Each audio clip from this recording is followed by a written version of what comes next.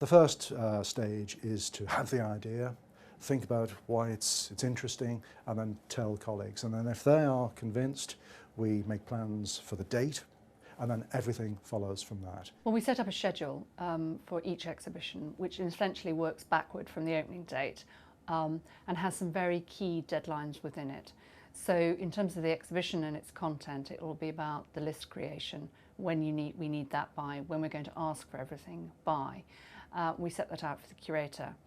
But alongside that are other key dates in relation to the publication, if we're doing one, the collation of material for that, which includes photographs as well, the press and marketing side of it, when their deadlines are, when we need to have had various meetings by and agreed on things. There's all the aesthetic elements to take into consideration when we're curating an exhibition, including looking at the content and the mediums of each work, through to the sizes and the colours and the subject matters. Works talk to each other as clusters of work which relate, rather than looking at works in isolation. So it's about that, and it's about interpreting and getting the stories across. One of the things it's important to do is sort of remember where people are coming from when they walk in the door. They might know nothing at all about the subject, but seems to them reasonably interesting. They might get a bit of extra information about it, but you've got to start from that position of thinking, gosh,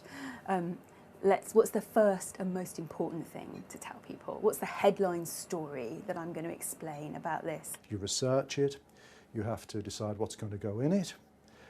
You then have to get these works and borrow them, which means meeting owners, meeting other curators, other collectors, other museums, and persuading them to lend the works to us. We look after the stuff, the actual material. It's almost like stock control.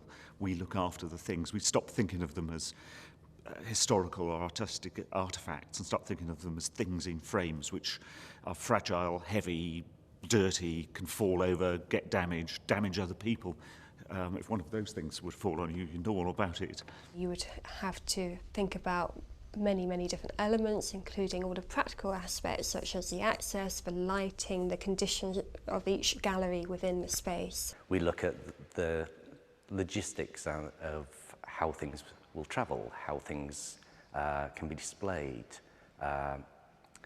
and the sort of problems that putting 2 or 3 objects together might cause a curator. That's one part, it's looking after the collection, but it's also, and this is the nub of museums, you have one party protecting and the other part getting it out there, educating and exhibition displays, and actually there's a problem between those 2 areas.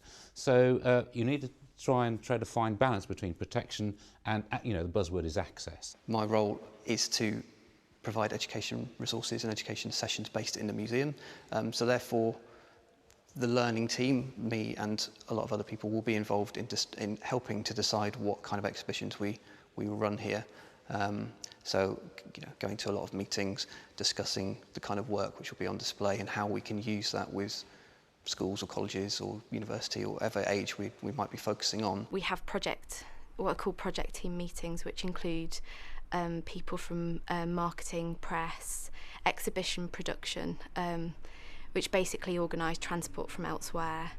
Obviously the learning team, the commercial managers, which look at things to stock in the shop, and that's basically that team is responsible for shaping the show. All of those disciplines can work harmoniously, and they're all important in running an organisation like this.